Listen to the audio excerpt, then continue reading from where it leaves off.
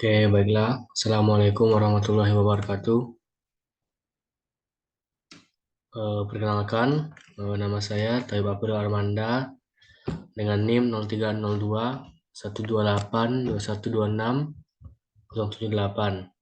Oke, baiklah. Di sini saya akan mempresentasikan tugas yang telah saya buat mengenai konversi dan pemanfaatan batu bara, mengenai teknologi pencairan batu bara.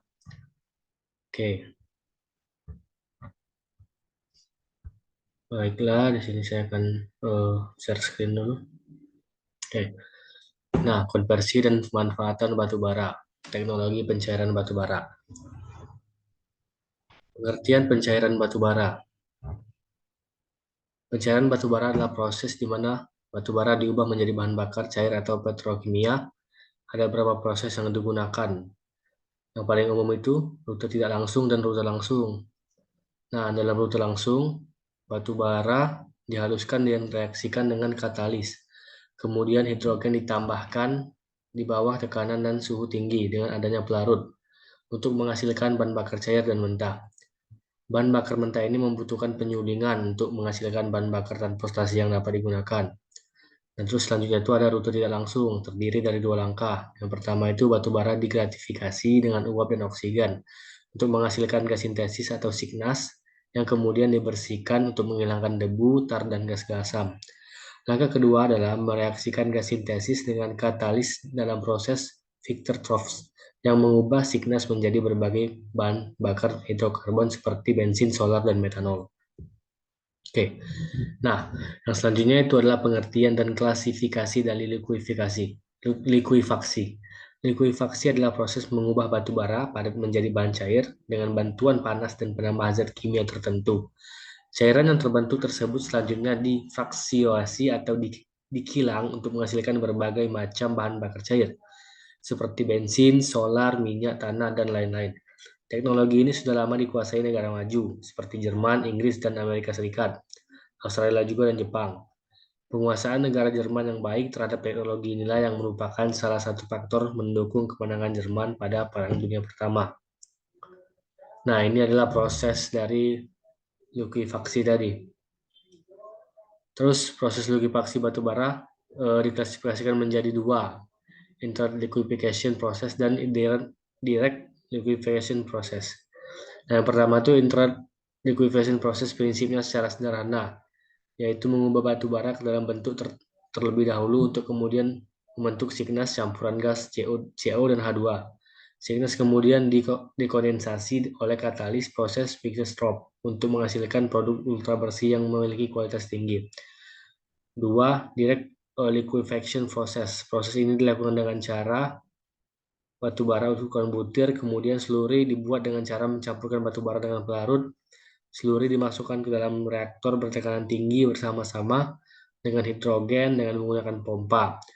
Nah, slurry diberi tekanan 100-300 atm di dalam sebuah reaktor, kemudian dipanaskan hingga suhu mencapai 400-480 derajat Celcius. Nah, selanjutnya itu adalah parameter-parameter yang berpengaruh pada proses likuifaksi batu bara. Nah, yang pertama itu adalah suhu. Nah, suhu ini semakin lama waktu untuk bereaksi, maka akan memberikan kesempatan lebih besar bagi zat-zat bereaksi untuk bertumbuh. Nah, yang kedua itu ada suhu. Suhu ini berpengaruh terhadap likuifaksi batu bara. Semakin tinggi suhu, hasil minyak dan gas akan semakin meningkat.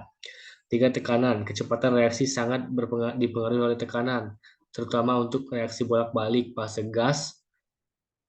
Pada proses pirolisis batu bara semakin tinggi tekanan, maka kehilangan berat batu bara semakin kecil. Selanjutnya itu ada kecepatan pemanas. Nah, untuk menaikkan konversi lebih tinggi, maka dibutuhkan kecepatan pemanas yang lebih besar, dan begitu juga sebaliknya. Nah, selanjutnya itu ada kualitas batu bara. Kualitas batu bara mempengaruhi hasil yang diperoleh dari likuifaksi batu bara. Komponen batu bara terdiri dari karbon, hidrogen, nitrogen, sulfur, dan oksigen. Yang keenam itu ada ukuran butir batu bara. Ukuran butiran batu bara semakin kecil ukuran butir, maka perarutan batu bara semakin baik dan berjalan cepat, sehingga mempengaruhi proses reaksi keseluruhan. Nah, yang keenam, yang ke-7 selanjutnya itu ada katalisator. Nah, Katalisator ini digunakan untuk menurunkan energi aktivasi zat-zat reaksi, sehingga pada suhu yang tetap reaksi berlangsung lebih cepat, tetapi pada suatu saat penambahan katalisator tidak akan menambah hasil cair yang berarti. Selain itu, penggunaan katalisator dalam proses likuifaksi batubara dapat mereduksi kandungan sulfur dan produk. Yang selanjutnya itu adalah bahan adiktif. Bahan adiktif juga berpengaruh pada proses likuifaksi batu bara karena dapat ditambahkan pada batu bara di samping katalisator. Perubahan ini dimaksudkan untuk meningkatkan hasil yang diperoleh. Contohnya itu ada aditif besi yang lebih efisien dibanding residu SRC karena dapat menaikkan fraksi minyak sekitar 27% dan menurunkan fraksi yang tak larut dalam pirimidin sampai nol. Nah, selanjutnya itu ada kelebihan batu bara cair. Harga produksi lebih murah, biaya produksi rendah, di mana produksi batu bara hanya membutuhkan biaya produksi 15 US dollar per barel. Yang kedua, jenis batu bara yang dapat dipergunakan adalah batu bara yang berkalori rendah atau low rank coal yang selama ini kurang diminati pasaran. Solusi untuk pemanfaatan batu bara peringkat rendah dengan nilai kalor kurang dari 5.100 kg atau gram. Tiga, dapat dipergunakan sebagai bahan pengganti batu bara, bahan bakar jet, pesawat jet atau jet fuel.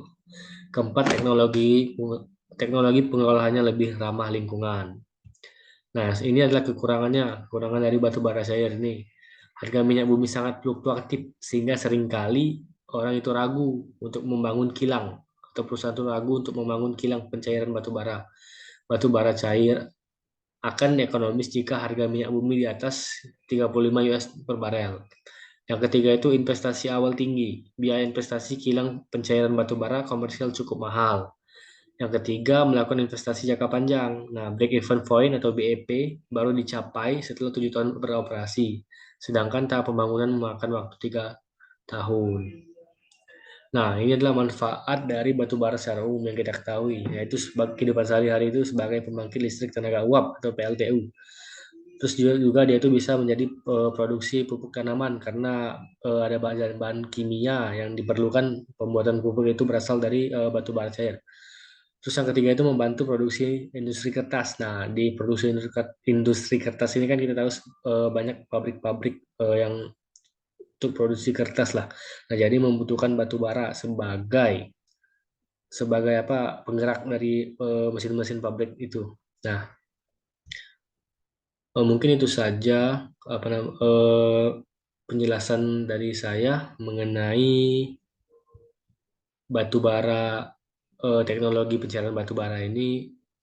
Terima kasih dan saya akhiri. Wassalamualaikum warahmatullahi wabarakatuh.